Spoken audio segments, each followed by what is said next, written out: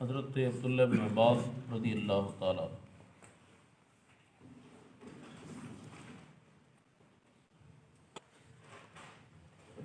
آپ فرماتے ہیں کہ محبوب پاک صلی اللہ تعالیٰ علیہ وسلم نے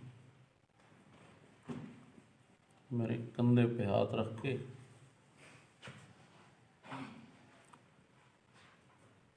حضور نے ارشاد فرمایا، اللہم فقہہ فی الدین، اے اللہ اسے دین کی سمجھ عطا،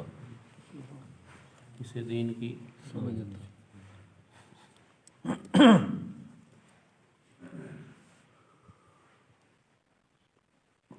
اور پھر فرمایا اور اسے تعویل عطا فرما، علم تعویل کا عطا فرما۔ یہاں پر یہ بات پہلی جو ہے نا، یہ بڑی قابل غور ہے۔ حضرت عبداللہ بن عباس رضی اللہ تعالیٰ عنہ آپ محبوب پاک صلی اللہ تعالیٰ علیہ وسلم حضور کے چچا کے بیٹے ہیں، حضور کے چچا اور محبوب پاک صلی اللہ تعالیٰ علیہ وسلم کی سالی کے بیٹے بھی ہیں، جی حضور کی سالی سالی کے بیٹے۔ تو رسول اللہ صلی اللہ تعالیٰ علیہ وسلم حضور کی بارگاہ میں حاضر ہوئے اس لیے رات کو کہ دیکھیں محبوب پاک صلی اللہ تعالی وسلم کے معاملات کو، عبادات کو۔ رسول اللہ صلی اللہ علیہ وسلم کی بارگاہ میں خدمت کے لیے جو حاضر تھے، تو اللہ کے رسول صلی اللہ تعالی وسلم نے حضور نے نوازا کس بات سے؟ یہ ساری بات سنانے کا مقصد کہ حضور کے ایک صحابی نے، وہ صحابی بھی ہیں، محبوب کے چچا کے بیٹے بھی ہیں اور سالی کے بیٹے بھی ہیں، یہ رشتے بھی ہیں، اور وہ مقام صحابیت کمال کا مقام ہے، اور انہوں نے خدمت کی رات کو۔ خدمت کے بدلے میں حضور انعام کیا دے رہے ہیں؟ سبحان اللہ، محبوب پاک صلی اللہ تعالیٰ علیہ وسلم دعا دے رہے ہیں کہ اے اللہ اسے دین کی سمجھ عطا فرما، اسے فقیہ بنا۔ سبحان اللہ، تو اس بات سے پتہ چلتا ہے کہ دین کی سمجھ یعنی کہ دین میں فقیہ ہونا کتنا بڑا مقام رکھتا ہے۔ بے شک دین میں فقیہ ہونا کتنا بڑا مقام رکھتا ہے کہ اللہ کے رسول صلی اللہ تعالیٰ علیہ وسلم نے، حضور نے دیکھو کیسے انعام میں یہ دعا دی ہے اپنے ساتھ، انعام میں دعا دی ہے۔ تو دین پاک کو یا دین کی سمجھ کو یعنی کہ فقیہ ہونے کو کوئی بندہ اسے غیر معمول سمجھے، کوئی بندہ اسے یہ نہ سمجھے کہ یہ معمولی ہے، اور کوئی بندہ اس بات کو سمجھے کہ اس کی کوئی حیثیت نہیں، بلکہ اس بات کو ہمیشہ اعلیٰ سمجھے، بڑا سمجھے کہ چونکہ رسول اللہ صلی اللہ تعالیٰ علیہ وسلم جو انعام جس چیز کو بنا کے دے رہے ہیں اپنے غلام کو، اپنے صحابی کو، اپنے چچا کے بیٹے کو، رسول اللہ صلی اللہ علیہ وسلم جس دعا سے نواز رہے ہیں، تو پتہ چل رہا ہے کہ یہ بہت اعلیٰ مقام ہے۔ سبحان اللہ، اور پھر کیا فرماتے ہیں کریم آقا صلی اللہ علیہ وسلم، اللہم علمہ تعویل القرآن، مولا اسے قرآن کی سمجھ عطا فرما، سبحان اللہ، یعنی قرآن کی ترجمانی کرنے کی اسے طاقت عطا فرما، صلاحیت عطا فرما۔ اور کبھی حضور فرماتے ہیں محبوب پاک صلی اللہ تعالیٰ علیہ وسلم، فرمایا نعم ترجمان القرآن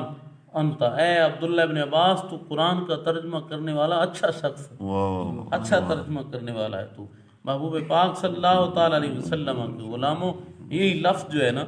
فقیہ ہونا، دین کی سمجھ جو ہے، یہ اللہ تعالیٰ جل شانہ اگر سمجھ عطا فرمائے اس بات کو، جس طرح کریم آقا فرماتے ہیں کہ اللہ تعالیٰ جس کے ساتھ بھلائی کا ارادہ فرماتا ہے اسے دین کی سمجھ عطا فرماتا ہے، اسے دین کی سمجھ عطا فرماتا ہے۔ فقیہ ہونا یہ ہر بندے کا کام نہیں، جیسے کہ کچھ بندے یہ سمجھیں کہ یہ کوئی اتنی بڑی بات تو نہیں ہے۔ محبوب پاک صلی اللہ تعالیٰ علیہ وسلم کے غلاموں، وہ ایک بندہ جو ہے وہ علماء کو تنگ کیا کرتا تھا، تو اس نے ایک فقیہ سے سوال کیا کہ جناب یہ بتائیں، اندر برتن ہو، اس میں دودھ ہو، دودھ یا دہی ہو، اور اس کے اوپر ملائی ہو، اب کتا کمرے میں داخل ہوا ہے، جب کتا کمرے سے نکلا ہے تو کتے کے منہ پر وہ نشان موجود ہے، لگا ہوا ہے، تو لیکن اندر جاتے ہیں تو وہ جو ملائی ہے نا اس کی، وہ نہیں، اس پہ کوئی نشان نہیں ہے ٹوٹنے کا، اٹھ جانے کا، وہ اس طرح برابر ہے ملائی۔ اب بتائیں اس کے لیے کیا حکم ہے؟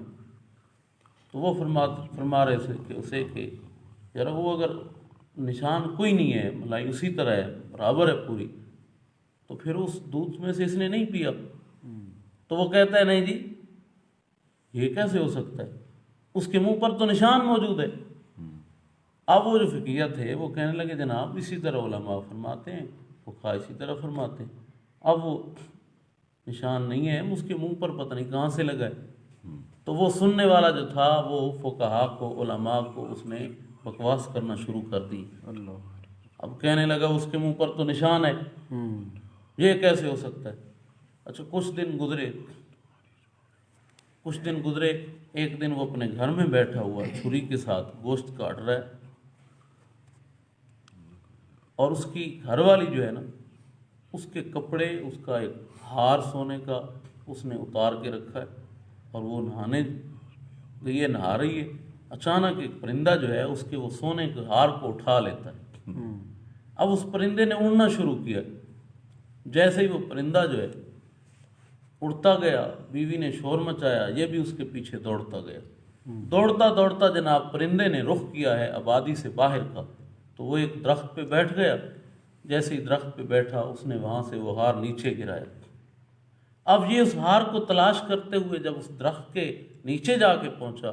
دیکھتا ہے ہار تو اس نے اٹھا لیا، وہاں ایک عورت ہے جس کی گردن کٹی ہوئی ہے، اس کا سر کٹا ہوا ہے۔ اس نے ہار اٹھایا، ایک ہاتھ میں ہار اٹھا کے جب چلا تو اسے خیال نہیں آیا، وہاں سے دوڑتے ہوئے اس کے ہاتھ میں چھری تھی، تو چھری اسی طرح ہاتھ میں ہی رہ گئی۔ تو اب جب ہار ایک ہاتھ میں اٹھایا، دوسرے ہاتھ میں چھری تھی، اب اسے پکڑنے والے آ گئے، وہ کہتے ہیں تو نے اس کو کاٹا ہے اس ہار کے لیے کہ سونے کا ہار اس کی گردن سے اتاروں؟ تو وہ کہتا ہے نہیں جی چھری میرے ہاتھ میں پہلے تھی، میں تو ہار تلاش کرتے ہوئے پرندے کے پیچھے جہاں تک آیا ہوں۔ تو وہ کہتے ہیں اب کون سی بات باقی رہ گئی، چھری بھی ہاتھ میں ہے، خون بھی لگا ہوا ہے، اور ہار بھی تیرے ہاتھ میں ہے کہ جس کی وجہ سے تو نے اسے قتل کیا ہے۔ لہذا اسے پکڑ کے جب قید خانے میں ڈال دیا گیا تو کچھ دنوں بعد اسے یاد آتا ہے کہ میں نے علماء کی بے ادبی کی تھی،